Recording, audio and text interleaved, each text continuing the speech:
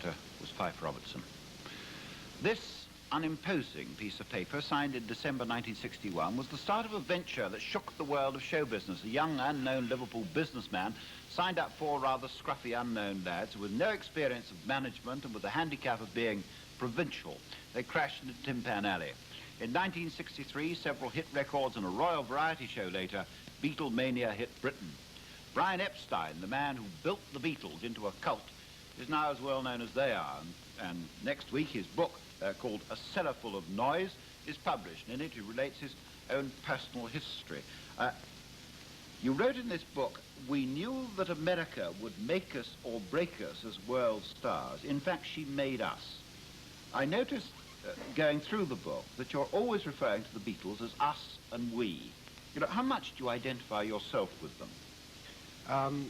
This is strange, actually, because in the beginning, I was very fierce about the business of the manager not being known at all. Fortunately or unfortunately, I don't know, but it's just happened to me, actually. And was it consciously done? Were you conscious of doing this? Not really. Sort of projecting not at all. Epstein? Actually, for a long time, for at least 12 months afterwards, you know, I was careful about even letting my name be mentioned. And I believe I was told by a reporter from a national newspaper that I was terribly awkward with my first interview. But it did happen. You know, I quite enjoy sort of doing programs and bits of television and things now.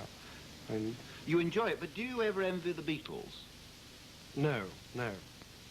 What don't you envy about them then? Well, I couldn't do obviously I couldn't do what they do. It's not my job. Can I quote from another part of the book? You say, "Though I employ the sort of people who can make wise and honourable decisions, I'm loath to give them the power to do so."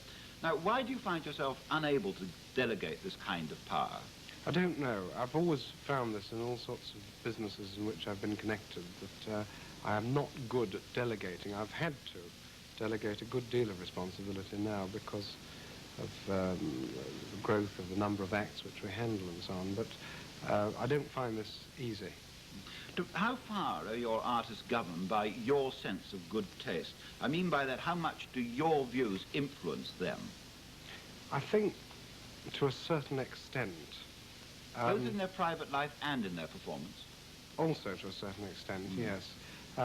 It's difficult to say this because it depends on the artist concerned. It depends how much they bring of themselves or they wish me to bring of myself. Don't you ever feel that you're in a position of exploiting them? Because a lot of people complain about managers that they are parasitic.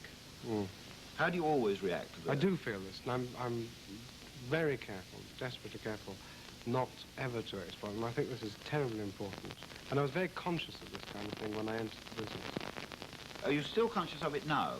Yes. You still feel, I must not exploit this person? Yes, absolutely. I still feel that even if they don't want to know about a certain contract or a certain fee or something, it's my duty to inform them, even though they may throw the bit of paper away on which I tell them. But doesn't this make life terribly uncomfortable for you? No, not at all. I think many of my artists are conscious of the fact that I do want them to know what's going on, and I do not try to exploit them consciously anyway. Well, you've certainly produced a cellar full of noise. Brian Epstein, thank you very much indeed. Thank you. And now